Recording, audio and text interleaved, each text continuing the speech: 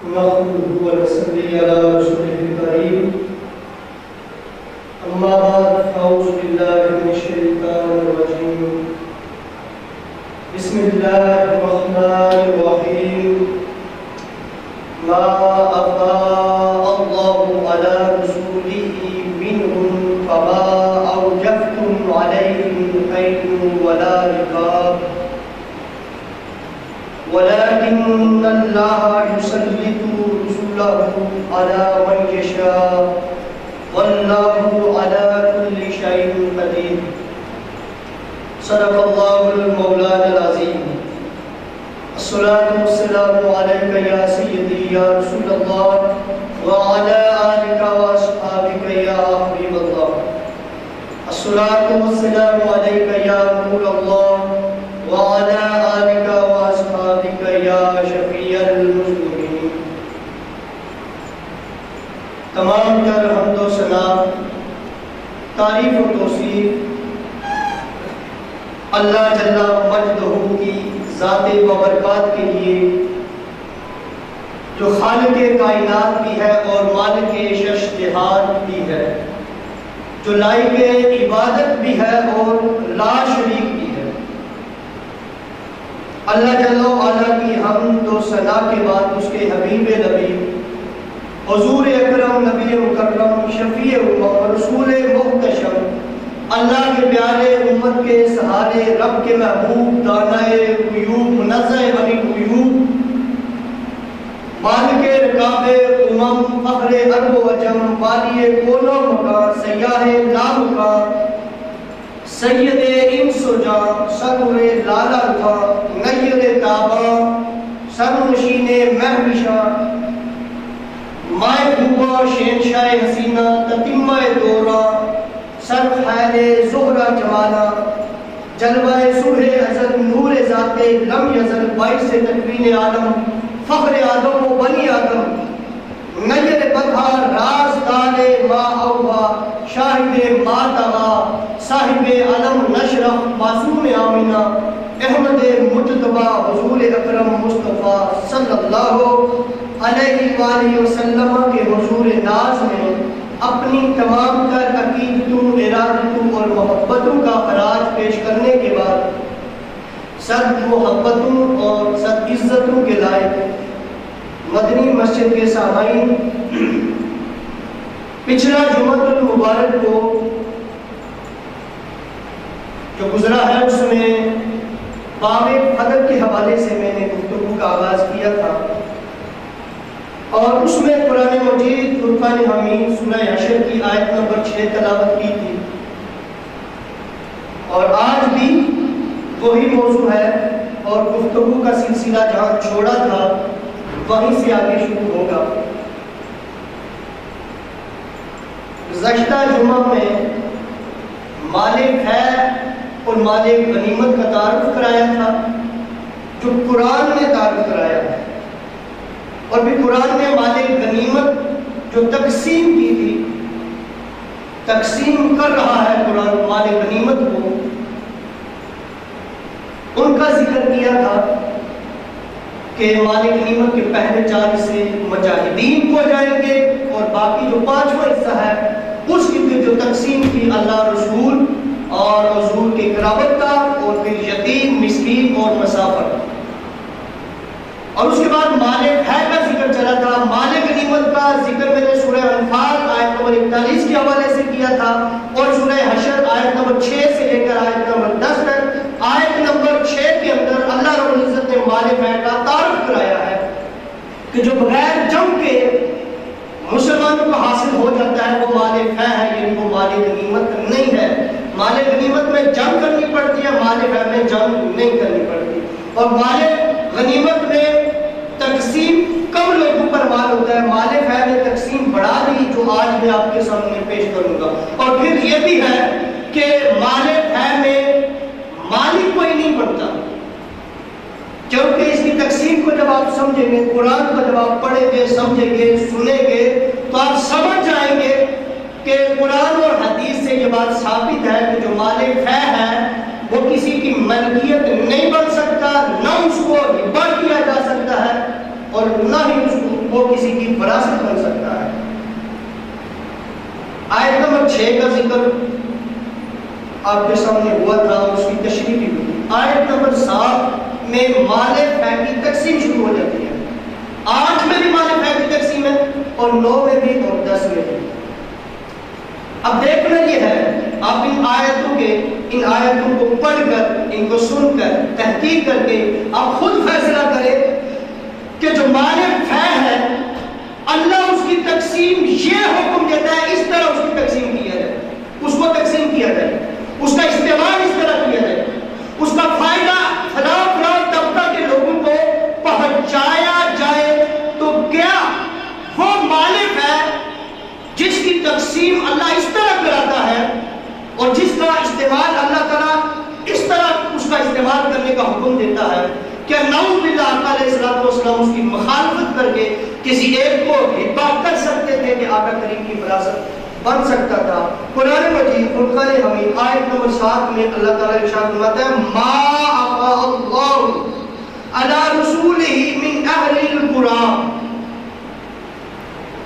من اہل القرى فلک کی طرف حوالہ ہے اور فرمایا کہ فَلِلَّهِ وَلِلرَّسُولِ وَلِذِي الْقُرْبَى وَالْيَتَامَى وَالْمَسَاكِينِ وَابْنِ السَّبِيلِ. اب یہ سورہ حشر کی آیت نمبر 7 ہے جس میں مال فے کی تقسیم شروع ہوئی. اور یہاں دیکھیں اللہ نے مال فے کی تقسیم جہاں جو شیئر ہولڈر رکھے وہ وہی ہے جو مال غنیمت میں, لیکن اگلی آیت میں یہ شیئر ہولڈر بڑھ رہے ہیں جن میں مال غنیمت تقسیم ہوگا وہ ہو چکے, جن میں مال فے تقسیم ہوگا.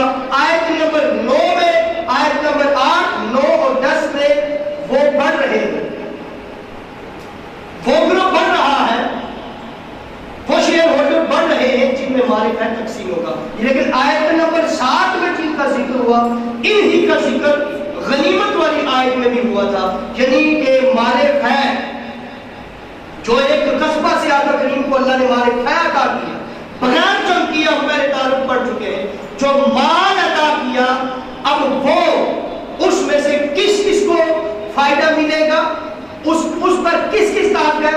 فرمایا اللہ اور اس کے رسول کا, پھر آقا کریم کے قرابت داروں کا, پھر یتیموں کا, پھر مسکینوں کا اور پھر مسافروں کا. اب یہی 5 جو شیئر ہولڈر تھے یہ مال غنیمت میں بھی تھے, ابھی بڑھ رہے ہیں.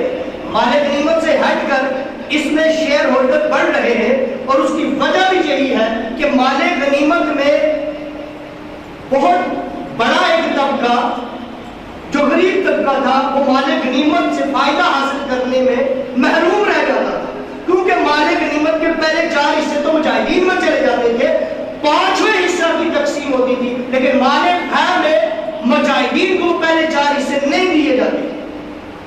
مال فے کی تقسیم بڑھا دی اور جو محروم طبقہ تھا مال غنیمت سے, مال فے کا فائدہ اس کو بھی اللہ نے عطا فرمایا. آپ یہ دیکھیں کہ یہاں پر جو 5 شیئر ہولڈر, جو 5 جن افراد میں مال فے تقسیم ہوا اس میں جن 5 کا ذکر آیا, اللہ رسول کا ایک حصہ, حضور کے قرابت داروں کا, اس میں ازواج بھی آتے ہیں حضور کی آل کے ساتھ, اور آقا کریم علیہ السلام کے اصحاب میں یتیم اور پھر مسکین اور پھر مسافر. اب سوال پھر وہی پیدا ہوتا ہے کہ کیا حضور علیہ السلام ان ساروں کا حصہ جو مال فے میں ان کا حصہ بنتا تھا وہ نہ دیتے باغ فدق میں سے, اور وہ سارا نعوذ باللہ حضرت فاطمہ کو دے دیتے؟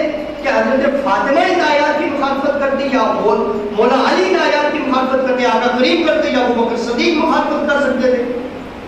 اب ہمیں اس باتوں کو سمجھنا, ان باتوں کو سمجھنا ہے. اور اگلی بات یہ بھی بتاؤں کہ یہ اللہ تعالیٰ آگے تقسیم بڑھا رہا ہے. آیت نمبر 8 میں بڑھی ہوئی ہے, آیت نمبر 9 میں بھی بڑھی ہوئی ہے, آیت نمبر 10 میں بھی مزید بڑھتی ہے مال فے کی تقسیم. لیکن ایک بات یاد رکھیں, اس آیت نمبر 7 میں جن میں ان 5 کا ذکر ہے اللہ صاحب وجہ بتا رہا ہے کہ یہ مال فے کی اس طرح تقسیم کیوں رکھی, باغ فدق کی یہ تقسیم کیوں رکھی گئی یہ تقسیم؟ اس لیے کہ یہ جو مال ہے یہ کسی ایک خاندان کے اندر نہ گردش کرے, ایک ہی خاندان اس سے فائدہ نہ اٹھائے, وہی صرف امیر سے امیر تر نہ ہوتا جائے. فرمایا کئی لا یکون دولتم بین الاغنیاء منکم فما آتاکم الرسول فخذوه وما نهاکم عنہ فانتہوا فاتقوا اللہ ان اللہ شدید العقاب. اب اللہ نے اسی آیت نمبر 7 میں بتا دیا اس کی وجہ یہ ہے. یہ باب فدق کی تقسیم پڑا اس لیے بھی کہ تاکہ یہ مال ایک ہی شخص کے ہاتھوں میں نہ رہے, ایک خاندان کے پاس نہ رہے اور وہ امیر سے امیر تر ہوتا جائے. یہ مال گردش کرے معاشرے کے اندر اور جتنا بھی محروم غریب اور ضرورت مند طبقہ ہے وہ اس کا فائدہ ہوتا ہے. اور یہ بات کہی گئی کہ حضور جو دے حضور اس کو لے لو اور جسے منع کرے اس سے رک جاؤ. اب میں بتاؤں گا کہ آقا کریم علیہ السلام نے خود حضرت خاتون جنت جب آپ کے پاس آئی تھی, وراثت کے لیے آئی تھی, تو حضور نے کیا فرمایا تھا, اور یہ میں اہل تشریح کی کتابوں میں سے بتاؤں گا. حضور نے کیا ان کو دیا تھا, حسن کو کیا دیا تھا, امام حسین علیہ السلام, ان دونوں کو آقا کریم نے وراثت میں کیا شاید تقسیم کی. تو جو چیز حضور تھے اس کو لے دو, جس سے روکے رک جاؤ. آقا کریم نے حضرت سیدہ خاتون جنت کا باغ فدق میں سے حصہ مقرر کیا ہوا تھا اور وہ ان کو حضرت خاتون جنت کو حضور کے دور میں بھی ملتا رہا, ابو بکر صدیق کے دور میں بھی ملتا رہا, جناب عمر فاروق عمر ابن خطاب رضی اللہ تعالیٰ عنہ آپ کے دور میں بھی ملتا رہا, حضرت عثمان کے دور میں بھی ملتا رہا. مولا علی کا تو اپنا دور. اب رہی بات یہ کہ آیت نمبر 7 میں اللہ نے یہ فرما دیا اور مقصد بھی بتا دیا کہ میں نے یہ تقسیم بڑھائی ہے, اس کی وجہ کیا ہے. اب آگے آیت نمبر 8 میں اللہ نے ارشاد فرمایا اسی مالک ہے کے معاملے میں, سورہ حشر ہی ہے, آیت نمبر 6 پچھلے جمعے کو, آیت نمبر 7 اور 8 اب سنیں. للفقراء المہاجرین الذین اخرجوا من دیارہم واموالہم یبتغون فضلا من اللہ ورضوانا وینصرون اللہ ورسولہ اولئک هم الصادقون. اللہ فرماتا ہے یہ جو مال ہے, یہ جو باب فدق ہے, یہ صرف ان 5 تک نہیں رہنا جو تقسیم آیت نمبر 7 میں ہوئی ہے, بلکہ آگے فرمایا اس کا فائدہ اور اس کی تقسیم کے حقدار, اس سے فائدہ اٹھانے کے حقدار وہ مہاجرین بھی ہے جو اللہ اور اس کے رسول کی محبت میں اپنے گھر بار کو چھوڑ کر آئے, جنہوں نے اپنے ماں کو باپ کو چھوڑ دیا, کسی نے بھائی کو چھوڑا, کسی نے بیٹی کو چھوڑا, بیٹے کو چھوڑا, اپنی ماں کو قربان کر کے آئے, سب کچھ چھوڑ کر آئے. وہ عرب لوگ جو اپنے تیروں اور ٹھپوں سے اتنی محبت کرتے تھے کہ جتنی آج تم اپنی اولاد سے نہیں کرتے ہو, وہ اپنے وطن کو جب چھوڑ رہے تھے ان پر کتنا شان گزر رہا تھا, لیکن آقا کریم کی محبت میں انہوں نے اپنے علاقے کو, اپنے وطن کا سب کچھ قربان کیا. اللہ فرماتا ہے یہ ان کا بھی حصہ ہے, ان کا بھی حصہ ہے مال میں سے. اور پھر فرمایا کہ یہ اللہ کا فضل اور اس کی خوشی کے لیے آئے ہیں, اللہ کے فضل اور اس کی خوشی کے لیے سب کچھ چھوڑا تھا.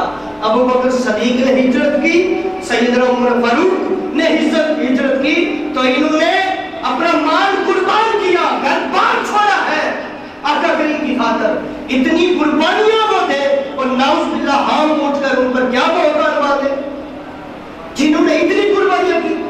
اور پھر مہاجرین کا بھی حصہ ہے. پھر آیت نمبر 9 میں اللہ نے جہاں مہاجرین تک نہ رکھا, اٹھائے سورہ حشر, آیت نمبر 9 میں اللہ نے انصار کا بھی حصہ اسی مال میں سے رکھا ہے, باغ فدق میں سے انصار کا بھی حصہ ہے.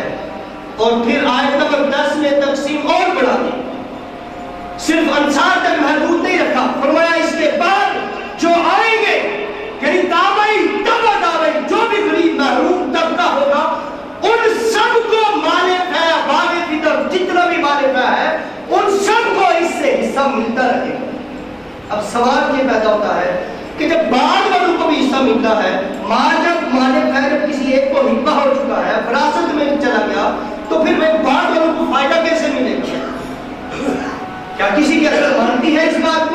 کہ جب ایک بندے کو نعوذ باللہ حضرت خاتون جنت کو ہبہ ہو چکا ہوتا، جب وراثت میں مل چکا ہوتا، تو پھر یہ تقسیم تو ممکن ہی نہیں تھی۔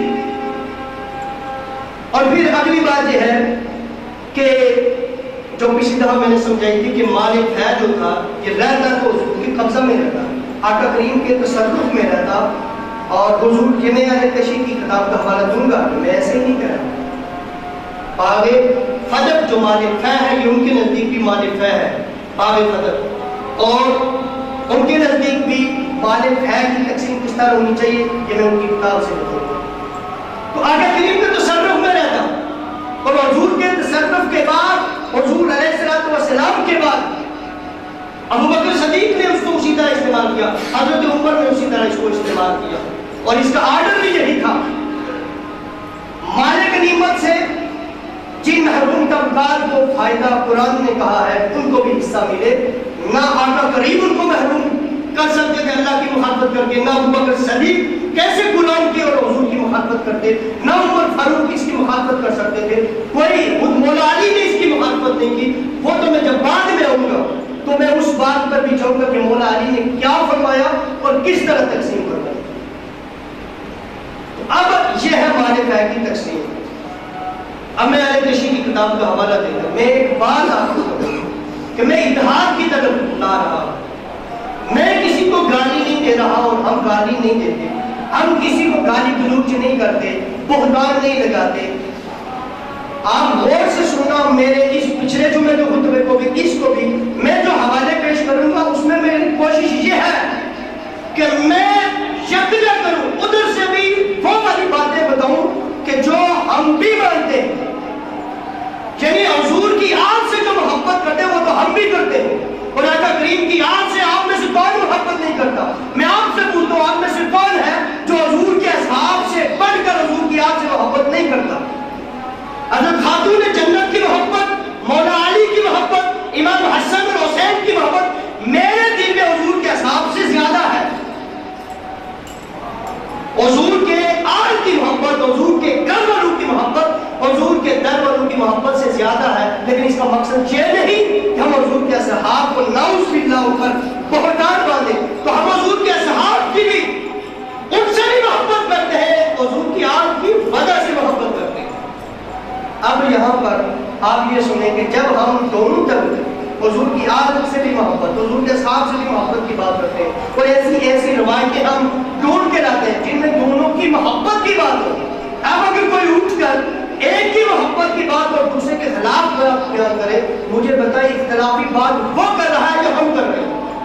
ہم ان کی کتابوں سے حوالہ دیں گے اور اس میں ہم سوائے تعریف کے اور ان کے شان کے عیب نہیں بیان کریں گے، جبکہ وہ ہماری کتابوں سے عیب نکالنے کی کوشش کریں گے۔ اب بتائیں اختلاف میں کون ہے؟ اب میں حوالہ دوں گا، اور یہ حوالہ عام کوئی کتاب نہیں ہے، یہ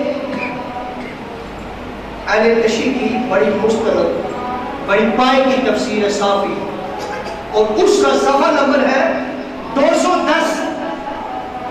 اس کے اندر حضرت امام جعفر صادق علیہ السلام کا قول سنیں، آپ نے مال فیض کے بارے میں کیا فرمایا۔ تفسیر اہل تشیع کی ہے، صفحہ نمبر 210 ہے، اور آپ نے کیا فرمایا؟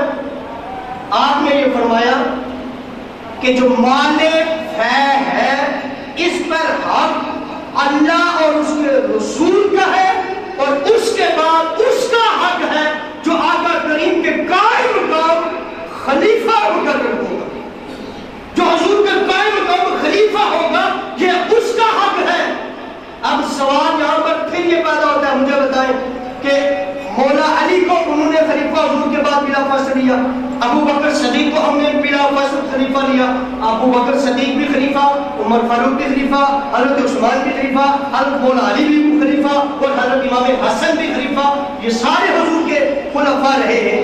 لیکن مولا علی ہوئے، امام حسن ہوئے، امام اور حضرت ابو بکر صدیق ہوئے، یا حضرت عمر فاروق ہوئے، حضرت عثمان ہوئے، کیا جب یہ خلیفہ بنے تو حضرت جعفر صادق علیہ السلام کے قول کے مطابق ان کا بھی حق ہے؟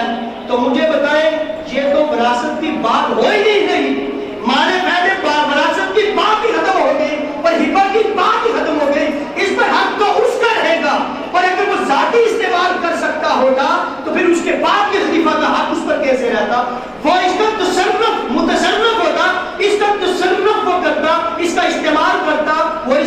پراپرٹی کا ذاتی مالک نہیں بنتا تھا. اگر ذاتی مالک بنتا ہوتا, مالک ہے تو آپ نے سمجھا, مالک ہے وہ ہے جو دشمن خالی چھوڑ کر جائے, آپ کو تحفے میں دے دے, جنگ میں کرنی پڑی ہو. آج میں آپ سے پوچھتا ہوں, اس نوٹ کو لے لیجئے, اگر انڈیا کوئی علاقہ آپ کو دے دیتا ہے, اسی طرح دے دیتا ہے, فیل کے طور پر دے دیتا ہے, بہت سا مال آپ کو ملتا ہے, جگہ آتی ہے, کیا وقت کا حکمران نواز شریف اس پر قبضہ کر کے ذاتی پراپرٹی بنا سکتا ہے؟ تو وہ نہیں بنا سکتا, یہ نہیں بنا سکتا. تو آقا کریم علیہ السلام جو جن کے بارے میں تصور کرنا بھی کفر ہے کہ وہ اللہ کے حکم کے خلاف چلے, وہ کیسے ذاتی پراپرٹی بنا سکتے تھے باغ فدق میں؟ تو یہ باغ فدق مالک فیم میں سے تھا, اور اس کی تقسیم جو اللہ نے بتائی آقا کریم نے, اسی حکم کے مطابق اس کی تقسیم فرمائی. اچھا جی, اگلی بات یہ ہے کہ اہل تشریح کے اعتراضات کیا ہیں باغ فدق کے حوالے سے. ابھی تک تو میں قرآن کے حوالے سے بات کر رہا تھا, میں روایت پہ آ رہا ہوں. تو روایت ہیں اور بخاری میں ہیں, مسلم میں ہیں, ابو داؤد کے اندر موجود ہیں, ترمذی اندر, ہماری ہے صحاح کے اندر جو یہ حدیث موجود ہے یہ موجود ہے, اور مختلف الفاظ کے ساتھ موجود ہے, مختلف سندوں کے ساتھ موجود ہے. بات یہ ہے کہ مالک ہے جو باغ فدق ہے, یہ اللہ تعالیٰ نے جس طرح حکم فرمایا آقا کریم علیہ السلام نے اسی طرح تقسیم فرمایا. اعتراض یہ ہے اہل تشریح کا, وہ یہ کہتے ہیں, سنیں توجہ سے سنیں, آپ ان کے اعتراض کو سنیں گے تو آپ کو جواب بھی سمجھ میں آئے گا. کل بھائی آپ کو یہ اعتراض وہ بہت کرتے ہیں اور ہمارے لوگوں میں کرتے ہیں, ان کا بچہ اعتراض کرتا ہے, ہمارے لوگ منہ بنا لیتے ہیں, پتہ ہی نہیں ہوتا, اور کتنے قائل ہو جاتے ہیں. ان کا اعتراض سنیں, جب اعتراض سنیں گے پھر حدیث سے میں ان ساری باتوں کا آپ کے سامنے جواب بھی ان کی کتابوں سے پیش کروں گا. اعتراض وہ یہ کرتے ہیں باغ فدق کے حوالے سے, پہلا اعتراض وہ یوں کرتے ہیں کہ باغ فدق آقا علیہ السلام نے اپنی حیات مبارکہ میں جناب سیدہ خاتون جنت کو لکھ کر دے دیا, ہبہ کر دیا. پھر جب خاتون جنت ابو بکر صدیق سے لینے کے لیے گئی, اپنا حصہ لینے کے لیے گئی, اپنا حق لینے کے لیے گئی, تو 4 گھنٹے وہ ابو بکر صدیق, وہ 4 گھنٹے انہوں نے ان کو کھڑا رکھا اور خود کرسیوں پر بیٹھے رہے. نعوذ باللہ. وہ خاتون جنت جن کے آنے پر نبی ان پہ کھڑے ہو جایا کرتے تھے, ان کے لیے ابو بکر صدیق اٹھے نہیں, بیٹھے رہے. حضرت عمر فاروق اس وقت بیٹھے رہے اور 4 گھنٹے ان کو کھڑا کیا. یہ اعتراض میں بتا دوں, جواب دوں گا. پھر ان کا اعتراض یہ ہے کہ حضرت خاتون جنت نے جب ان سے وراثت مانگی, کیا کہا؟ وراثت مانگی. خاتون جنت نے ان سے وراثت مانگی. جب انہوں نے وراثت نہیں دی, کہا کہ انبیاء کی وراثت نہیں ہوتی. حضرت ابو بکر صدیق نے حدیث سنا جانے سے کہ انبیاء کی وراثت نہیں ہوتی. اب اس پر بھی میں تشریح سے حوالے دوں گا, لیکن کہا انبیاء کی وراثت نہیں ہوتی. تو حضرت خاتون جنت نے پھر قرآن کا حوالہ دیا. یہ بات تشریح کی باتیں یہ ہیں کہ خاتون جنت نے یہ حوالہ آگے سے دیا قرآن کا, اور بات اس حوالے کو نہیں پیش کرتی کہ ابو بکر صدیق نے جب کہا کہ انبیاء کی وراثت نہیں ہوتی, خاتون جنت نے قرآن کی آیت پڑھی, وَوَارِثَ سُلَیْمَانُ داؤد, وَوَارِثَ سُلَیْمَانُ داؤد, کہ سلیمان علیہ السلام داؤد علیہ السلام کے وارث کی قرآن بیان کرتا ہے. اب اس کا جواب میں آپ کے سامنے پیش کروں گا, وہ کی کتابوں سے بھی اور اپنی کتابوں سے بھی, کہ یہ وراثت سے مراد یہاں کون سی وراثت مراد ہے. تو انہوں نے یہ وراثت, لیکن ابو بکر صدیق نے قرآن کو بھی نعوذ باللہ جھٹلا دیا. اور پھر اگلا اعتراض یہ ہے کہ پھر حضرت خاتون جنت نے اپنے کیس کو بدلا, یعنی پہلے وراثت مانگ رہی تھی, پھر کہا اچھا میرے بابا نے یہ مجھے ہبہ کیا تھا, یہ بات, یہ باغ فدق مجھے ہبہ کیا تھا, یہ ہبہ مجھے دے, حضور نے مجھے تحفہ میں دے دیا تھا, حضور مجھے گفٹ کر کے دے گئے تھے. اور اس پر ابو بکر صدیق نے ان سے دعا مانگی. جب انہوں نے دعا پیش کی ہے, ابو بکر صدیق نے دعا قبول نہیں کی. ایک جگہ پر مولا علی گواہ کے طور پر, حسنین کرینین گواہ کے طور پر ہے, ان کی گواہی کو قبول نہیں کیا گیا. پھر ابو بکر صدیق نے کہا کوئی لکھا ہوا ہو تو وہ دے. حضرت خاتون جنت نے حضور کا لکھا ہوا نکال کر جب ان کو پیش کیا, نعوذ باللہ. تو اب اتنے الزامات دیکھیں, آگے سے حضرت عمر فاروق نے یا ابو بکر صدیق نے, انہوں نے وہ لکھا ہوا حضور کا لے کر پھاڑ دیا. نعوذ باللہ. اب مجھے بتائیں کہ میں اعتراض اس لیے بتا رہا ہوں کہ یہ سوال وہ کریں گے اور آپ نے اس کا کس طرح جواب دینا ہے. ایک ایک بات کا میں جواب دوں. اب آپ یہ دیکھیں کہ اب حضرت عمر فاروق حضور کا فیصلہ صرف ایک مسلمان نے نہیں مانا تھا, آپ نے تلوار نکال کر اس کا سر قلم کر کے رکھ دیا. وہ عمر فاروق جو میرے نبی کی ذرہ برابر بھی کوئی شان میں حرف لانے کی کوشش کرے ان کی تلوار پہ نیام ہو جایا کرتی تھی, وہ عمر فاروق میرے نبی کا لکھا ہوا پھاڑ سکتے. اور دکھا جب سیدہ کو ہنستا نہیں ملا. اچھا ایک اور اعتراض, کہتے ہیں کہ جب حضرت سیدہ خاتون جنت دربار میں آئی تھی 4 گھنٹے کھڑی رہی, نعوذ باللہ ان کو انہوں نے یہ سزا دی, تو جب آئی تھی تو ان کے بال کالے تھے, اور جب حضرت نعوذ باللہ حضرت عمر نے ہاتھ اٹھایا حضرت خاتون جنت پر, اتنا بڑا الزام, اور ان کا ہاتھ اٹھانے سے پہلے سیدہ کے بال کال تھے, انہوں نے ہاتھ اٹھایا تو سیدہ کے سارے بال سفید ہو چکے. وہ جب واپس لوٹی تو غضبناک کر کر لوٹی, ناراض ہو کر لوٹی. جب گھر پہنچی تو پیچھے انہوں نے اس کے بعد حملے کیے, اور حملہ اس طرح کیا کہ انہوں نے لکڑیاں بھی لائی اور بندے بھی لائے. حضرت عمر فاروق رضی اللہ تعالیٰ وہ بھی ساتھ تھے, نعوذ باللہ. یہ ساری روایتیں جھوٹی ہیں, من گڑت ہیں, میں بتاؤں گا آپ کو. وہ بھی آئے اور انہوں نے لکڑیاں بھی اٹھائی ہوئی تھی. حضرت خاتون جنت کے دروازے کو دھکے دیے, جلایا گھر, اور لکڑی کا درخت, وہ دروازہ لکڑی کا تھا اور اس میں کیلیں لوہے کی تھی, جب جلا تو کیلیں گرم ہو گئی. ادھر سے یہ دھکا دے, اندر سے خاتون جنت دروازے کو دھکا دے کر روکے رکھے. اب یہ میں جھوٹ بتا رہا ہوں ان کا, اور تھوڑا سا دروازہ ہٹا تو نعوذ باللہ حضرت عمر ان کے ہاتھوں میں کوڑے تھے, وہ ان کے ہاتھوں پہ مارنے لگے. اور جب دروازہ گرا ان کے اوپر تو کیلیں جو گرم لوہے کی گرم ہو چکی تھی آگ سے, وہ ان کے جسم میں اقدس پر لگی, اور ان کے اوپر جب دروازہ گرا تو ان کے اندر, یعنی کہ حضرت محسن اس وقت ان کے بدن اطہر میں تھے, تو آپ نے حضرت مولا علی کو کہا کہ مولا علی میری پسلی ٹوٹ گئی اور میرا محسن شہید ہو گیا. یہ جھوٹی روایتیں ہیں, اس لیے مجھے, ہم تو کربلا پر روتے ہیں, ہم اہل سنت والے وہ نہیں ہیں جو رونے کو جائز نہیں سمجھتے.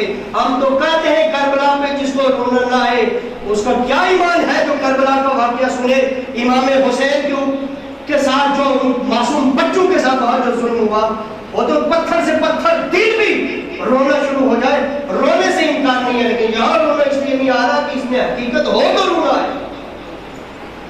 تو انہوں نے جب مولا علی کو پکارا تو اس وقت فتنہ بولی کہ مولا علی کے گلے میں رسیاں ڈال کر ان کو باہر لے گئے ہوئے ہیں, تو مولا علی یہاں پر موجود نہیں ہے. یہ ہے ساری ان کے اعتراضات اور کہانی, اور یہ ہے ان کی وہ جھوٹی باتیں وہ جو ان پر لگاتی ہیں. اب آپ مجھے ایک بات بتائیں کہ یہ ان کی جھوٹی روایتیں ہیں. اب آؤ, نعوذ باللہ حضرت خاتون جنت, حضرت سیدہ خاتون جنت سلام اللہ علیہا, آپ کا کیا مقام ہے قرآن نے بیان کیا, نبی نے کیا مقام بیان کیا ہے. آپ ان کا تصور کریں, وہ اگر باغ فضل کے لیے, محض اس مال کے لیے اگر حضور کے وہی سوال کیا جاتا, حضور نے ہبہ کیا تھا, اگر ان کا ہبہ شدہ مال تھا اس لیے حق لینے گئی تھی, بھائی حضور کا ہبہ کیا ہوا ہی ان میں اس سے پہلے بھی اور اس کے بعد بھی وہ اللہ کے راستے میں خرچ کرتی رہی, وہ بھی تو حضور کا ہبہ کیا ہوا تھا. اور حضور اس کی خاطر, اور نعوذ باللہ آپ ان کا کیا مقام بیان کر رہے ہیں, یہ ان کا مقام ہے, یہ ان کا مرتبہ ہے جو قرآن اور حدیث نے پیش کیا ہے. اور جہاں تک آپ یہ بات سمجھ چکے ہیں کہ مال فیع کی تقسیم کیا ہے, آپ نے سمجھ لیا کہ جو باغ فدق ہے اس کی تقسیم نہ ہبہ ہو سکتی ہے, پچھلے جمعے کو سمجھایا تھا, نہ اس کی تقسیم وراثت میں جا سکتی ہے, بلکہ اس کا فائدہ اسی طرح لوگوں میں تقسیم ہوتا رہے گا جس طرح کے قرآن نے تقسیم بیان فرمائی ہے. جو میں نے آپ کے سامنے سورہ حشر کی آیات پڑھی ہے 6 سے لے کر 10 نمبر آیات تک جو میں نے آپ کے سامنے پڑھی ہے, تو آپ یہ سمجھے کہ آقا کریم علیہ السلام نے ان کو فالو کرنا تھا. اور اب اور روایت کی طرف جو بخاری کے اندر ہے, جو مسلم کے اندر ہے, جو ابو داؤد کے اندر ہے, سنن ترمذی کے اندر ہے, اور یہ ایک جگہ پر نہیں, یہ 20 روایت ہے. اور میں آپ کو بتاؤں 20 روایت میں اہل سنت کے اندر یہ بات بھی توجہ سے سنیں کہ کہیں بھی ہبہ کا لفظ تک نہیں ہے. حضور نے جو ہبہ کیا تھا یہ اہل سنت کی کسی بھی مستند باقاعدہ سند کے ساتھ کسی کتاب کے اندر موجود نہیں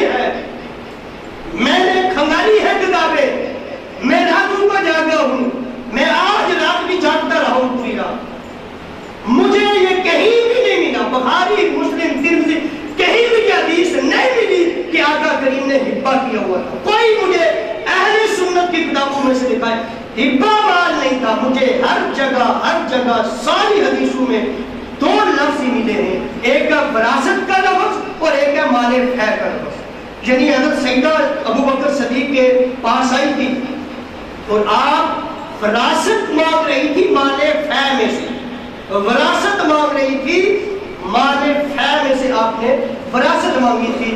اور اب اگر کسی اہل سنت کے کسی بندے نے کتاب میں ہبہ کا لفظ استعمال کر لیا کہ حضور اپنی حیات میں ہبہ کر کے گئے تھے, تو خود سوچئے وہ سند کے ساتھ نہیں ہوگا, اس میں ضرور ان کی کتب کا حوالہ ہوگا, اپنی کسی مستند کتاب کا حوالہ نہیں ہے. تو یہاں پر تو یہ چیپٹر کلوز ہو جاتا ہے کہ ہبہ کا چیپٹر ہی نہیں, آگے میں بھی بحث کروں گا اور ہبہ کی بات میں ان کی کتابوں سے آپ کے سامنے حوالے پیش کروں گا, اور مستند کتاب سے ان کی جو مستند کتاب ہے وہ آپ کو بتاؤں گا کہ یہ ہبہ کا کوئی ہبہ کی بات ہی نہیں ہے.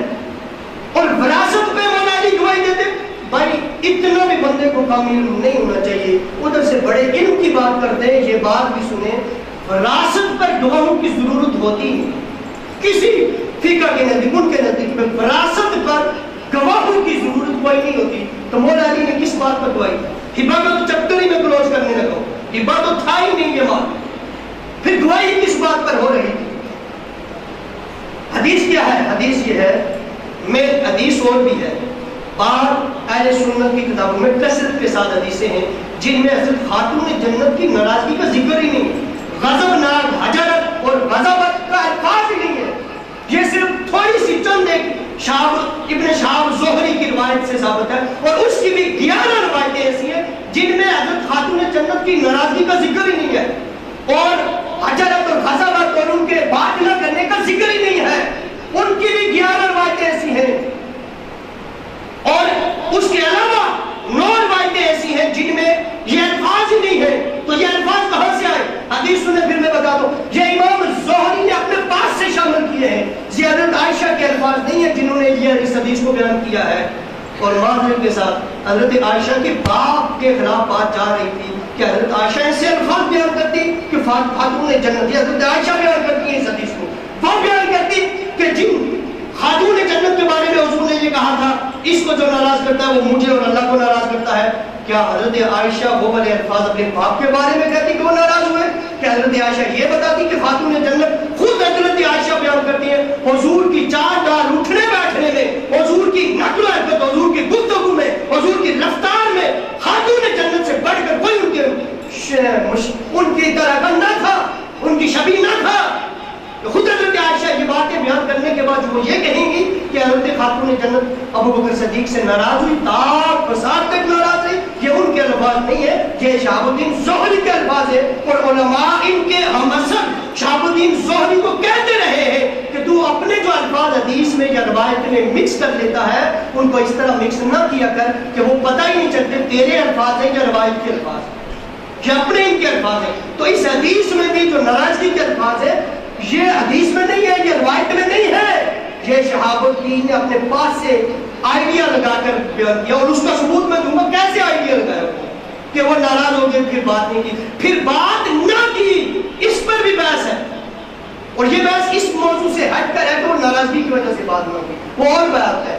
تو اب بات یہ حدیث یہ ہے, حضرت عائشہ حضرت خاتون جنت ابو بکر صدیق کے پاس آئی, بخاری شریف کی میں وہ حدیث سناتا ہوں جو سب سے زیادہ ان کے موقف میں آئے, تشریح کے موقف میں, اس کو سنا کر بھی جواب دوں گا, اور انشاءاللہ اگلے جمعے کو بھی جواب دوں گا اگر اس جمعے پر نہ ہو سکا, نہیں اب تو وقت ہی نہیں رہا. حدیث یہ ہے, حضرت خاتون جنت ابو بکر صدیق کے پاس آئی اور کہا مجھے وراثت دیں جو مال فے میں سے میرے والد محترم کی ہے. ابو بکر صدیق نے آگے سے آقا کریم کی حدیث سنائی, یہ بخاری شریف کے اندر موجود ہے, کتاب المغازی میں ہے, جہاد میں ہے, اور باب الفرائض کے اندر ہے, کتاب الفرائض کے اندر ہے, مختلف ابواب کے اندر, بخاری شریف کے اندر مختلف جگہوں پر ہے. کہا کیا ابو بکر صدیق نے آگے سے فرمایا کہ عرض کی ان کی خدمت میں کہ یہ انبیاء کی وراثت میں نے خود حضور سے سنا ہے کہ انبیاء کی وراثت نہیں ہوتی. اور اگلی بات کہ ابو بکر صدیق نے کہا, یہ بھی بخاری کے اندر ہے, میں آپ سے وعدہ کرتا ہوں کہ میں مال فے باغ فضل کا استعمال اسی طرح کرتا رہوں گا جس طرح حضور کرتے رہے. اب ابو بکر صدیق اگر اس طرح کہہ رہے ہیں کہ جس طرح حضور کرتے رہے اور وہ اس طرح کر رہے ہیں, میں غضبناک ہونے کی بات ہی کیا ہے؟ اور اس میں اگر آپ حضرت خاتون جنت کو کہتے ہیں وہ غضبناک ہوئی تو پھر وہ حدیث سن کر غضبناک ہوئی، نعوذ باللہ، بہتان کس پر جا رہا؟ انہوں نے یہ کہا تو اس پر خاتون جنت، اب بخاری کے الفاظ میں بتاؤں جو ان کے موقف کے، کہ جب یہ باتیں سنی کہ وراثت نہیں ملے گی، خاتون جنت غضبناک ہوئی، آپ ان سے ناراض ہوئی اور آپ وہاں سے ناراضگی کے عالم میں چلی آئی، اور پھر تا وفات ظاہری اس دنیا سے رخصتی تک آپ ابو بکر صدیق صاحب نے کبھی کلام نہیں کیا. یہ ہے حدیث. اب اس پر اچھی خاصی بحث ہے. اس کے جواب ہے کہ اس میں کون سے الفاظ مکس ہوئے اور کون سے الفاظ کا کیا معنی ہے، اور فنی بحث ہے. لیکن پہلے ہبا کا چیپٹر میں آج کلوز کر لوں اور اس کے بعد اجازت چاہوں گا. ہبا کا چیپٹر سے کلوز کروں، پھر وراثت کا چیپٹر انشاءاللہ اگلے جمعے کو پیش کروں گا. جو وہ کہتے ہیں کہ ہبا کیا، تو اب بات یہ ہے کہ پہلی بات ہماری کتابوں میں ہبا کا لفظ ہی نہیں ہے، کسی جگہ پر بھی ہبا کا لفظ نہیں ہے، وراثت کا ذکر ہے. اور آپ مانتے ہیں کہ ابو حضرت خاتون جنت نے، اہل تشریح مانتے خاتون جنت نے ابو بکر صدیق کی جب آپ ان کے دربار پر آئی، آپ نے وراثت بھی مانگا اور پھر اس کو ہبا بھی کیا، ہبا بھی کہا. اب بات یہ ہے کہ نعوذ باللہ اس سے پتہ ہے کیا ثابت ہوتا ہے؟ کیوں ہبا جو مال ہوتا ہے وہ وراثت میں آ ہی نہیں سکتا. ہبا کا مالک بندہ اسی وقت ہو جاتا ہے. حضور نے اپنی حیات میں خاتون جنت کو جو ہبا جو چیزیں کی، گھر بھی کیا، اس کی مالک ہوگی. حضور نے اپنی ازواج کو گھر جو حجرے ہبا کیے تھے اسی وقت میں ان کے مالک ہوگی، وہ وراثت میں کسی کو نہیں ملے. اور اسی طرح حضور نے کسی کو گھوڑا دے دیا، کسی کو اونٹ دے دیا، اور جس کو دے دیا ہبا کر دیا، ڈھیروں سامان دے دیا، پھر واپس نہ دیا، اس کو مالک بنا دیا. تو ہبا تو اسی وقت ہو جاتا ہے، پھر وہ بعد میں وراثت کا تصور ہی نہیں آتا اس میں. تو ہبا اور شے ہے، وراثت اور شے ہے. تو حدیث کے الفاظ جب وراثت بھی آ رہی ہے ہماری کتابوں میں بھی، آپ کی کتابوں میں بھی، فیض بھی آ رہی ہے ہماری کتابوں میں، آپ کی کتابوں میں بھی، تو یہ فیض کا لفظ بھی ہبا کے لفظ کو رد کر دیتا ہے، اور وراثت کا لفظ بھی ہبا کے لفظ کو رد کر دیتا ہے.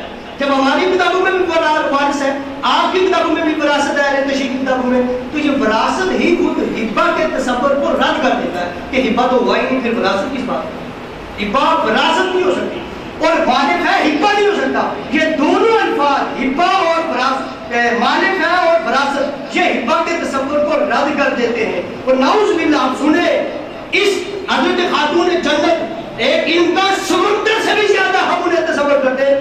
ان کے اندر آپ ان کو اتنا کم علم تو نہ بنائیں کہ ان کو پتہ ہی نہیں تھا وراثت کیا چیز ہے، ہبا کیا چیز ہے. وہ وراثت کو ہبا کہہ رہی تھی، ہبا کو وراثت کہہ رہی تھی. اور اب آئیں میں آپ کو آخری ہبا کے حوالے سے آخری مور لگا کر اجازت چاہوں، اور وہ یہ ہے کہ یہ ہبا مال نہیں تھا، یہ اہل تشریح کی کتاب سے بتاؤں، اور ان کی مستند کتاب ہے. اب وہی یہ اعتراض کرتے ہیں، اور وہ ان روایتوں کو جو ان کی مستند کتابوں میں ہیں اپنی عوام کے سامنے بیان نہیں کرتے، کیونکہ کاروبار ٹھپ ہو جاتا ہے، ان کا کاروبار بند ہو جاتا ہے. لاکھوں ہزاروں روپے کی آمدنی ان کے ذاکرین اور مقررین، ہمارے لوگ جو ادھر چلے گئے کیوں گئے؟ اسی وجہ سے گئے ہیں. مال ملتا ہے وہاں پر، مال ملتا ہے. احمد رضا سلطانی ایسے نہیں گیا، ان کے اپنے لوگوں نے، میں نے پروگرام میں دیکھا، انہوں نے کہا کہ مال ملا ہے اس لیے ادھر آیا ہے. ان کو مال، ان کے کاروبار ٹھپ ہو جاتے ہیں. اب ان کی روایت سنیں، اور یہ روایت پتہ ہے کس کی ہے؟ یہ ان کی معتبر کتاب ہے، اور اس کا وہ حوالہ دیا کرتے ہیں. سب سے معتبر کتابوں میں دوسرے نمبر پر شرح ناجل بلاغہ ہے. مولا علی کی جو ناجل بلاغہ ہے اس کی شرح ہے، ابن ابی الحدید کی شرح ہے. اور یہ ابن ابی الحدید ان کا مناظر رہا ہے بنو عباسیہ کے دور کا، اور مستند بلّہ جو خلیفہ تھا اس کے دور کا یہ ان کا بڑا مناظر اور مستند شخص رہا ہے. اور اس کی وفات بھی 656، آج سے 100 سال 200 سال نہیں، آج 900 سال پہلے اس کی وفات ہوئی. اس وقت کا یہ مناظر تھا، پائے کامل تھا، اور اس کی کتاب بھی ان کی بڑی مستند کتاب ہے.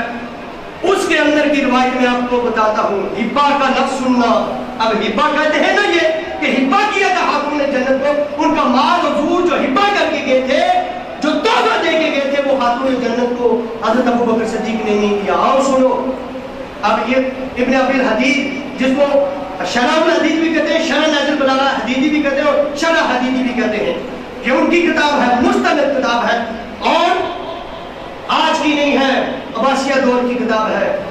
اور اس میں وہ لکھتے ہیں کہ جب خاتون جنت اور ابو بکر صدیق کا مکالمہ سنا کر وراثت کا قصہ انشاءاللہ آگے چھوڑا، ہبا کا قصہ یہاں پر جب کلوز ہو رہا ہے، ابو بکر صدیق نے ان سے پوچھا، قال لہا ابو بکر نے ان کو کہا فداکی بابی و امی، ابو بکر صدیق کی محبت دیکھیں، اگر خاتون جنت سے محبت دیکھیں، حضور کی بیٹی سے محبت دیکھیں، ابو بکر صدیق رب کے خلیفہ ہیں، وہ اگر کریم سے جب ملتے میرے نبی کی بارگاہ میں وہ یہ کہتے تھے فداکا بابی و امی یا رسول اللہ، اللہ کے رسول آپ پر میرے ماں باپ قربان جائے۔ اور آج اس حدیث اس روایت کے اندر اور یہ شرح نہج البلاغہ تشریح کی کتاب کے اندر ابو بکر صدیق حضرت خاتون جنت کو انہی الفاظ سے کہہ رہی ہے، اے خاتون جنت آپ پر میرے ماں باپ قربان جائے۔ ابو بکر صدیق کہتے ہیں آپ پر میرے ماں باپ قربان جائے، انت صادقہ، آپ بہت سچی ہیں، الامین، آپ امین ہیں۔ یہ الفاظ ہیں، یعنی آپ کو گواہوں کی ضرورت نہیں ہے۔ آگے الفاظ انہوں نے کہے کہ اگر حضور نے باغ فدق کا، اگر حضور نے باغ فدق کا، یہ ان کی کتاب کی بات کر رہا ہوں اور مستند کتاب کی بات کر رہا ہوں، شرح حدیثی کی بات کر رہا ہوں، اور اگر حضور نے باغ فدق کے معاملے میں آپ سے کوئی عہد یا وعدہ فرمایا تھا، ابو بکر صدیق خاتون جنت سے فرما رہے ہیں، آپ سے کوئی وعدہ فرمایا تھا تو آپ مجھے بتائیں، کوئی ایسا وعدہ فرمایا تھا؟ میں ابو بکر صدیق کہتے ہیں، آپ کہتے ہیں گواہ مانگے تھے، وہ تو کہتے ہیں پہلے ہی کہا آپ سے بڑھ کر کوئی سچا ہی نہیں ہے، گواہوں کی تو ضرورت ہی نہیں، آپ بتائیں کوئی وعدہ کیا تھا، ایسا کوئی عہد کیا تھا، آپ مجھے بتائیں، میں باغ فدق آپ کے حوالے کر دوں۔ ہماری کتاب نہیں ہے، یہ ان کی کتاب ہے۔ تو اب خاتون جنت کی بات سنیں، اور یہ آخری الفاظ یہ ہے، خاتون جنت نے آگے سے فرمایا، اگر خاتون جنت نے فرمایا، وہ کہتے ہیں ہبا کیا تھا، یہ شرح حدیدی ہے اور ان کی کتاب ہے، مستند کتاب ہے۔ خاتون جنت نے آگے سے جواب یہ دیا کہ آقا کریم نے مجھ سے باغ فدق کے معاملے میں ایسا کوئی وعدہ نہیں کیا۔ اب یہاں تک تو ہبا کا لفظ ختم ہو گیا، ہبا کا چیپٹر ہی کلوز ہو گیا، ہبا کی بات ہی ختم ہو گئی۔ باغ فدق تو حضور نے ہبا کیا نہیں، یہ تو حضرت خاتون جنت خود فرماتی ہے، اور یہ ہماری کتاب کا حوالہ نہیں ہے، ہماری کتاب میں تو ہبا کا کہیں بات ہی نہیں ہے، شرح حدیدی ہے، اور یہ مناظر ہے ان کا بڑا اہل تشریح کا، آپ اس کو دیکھ سکتے ہیں۔ اللہ تعالی ہمیں سچ بولنے، سچ سننے اور حق پر عمل کرنے کی توفیق عطا فرمائے۔ حاجی مظہر حسین کی بیٹی اور ان کے داماد عرفان نام تھا، وہ پچھلے دنوں جو سیلاب آیا اس کی زد میں آ کر اس دنیا فانی سے رخصت ہو گئی۔ نماز کے بعد انشاءاللہ ان کی دعائیں کریں۔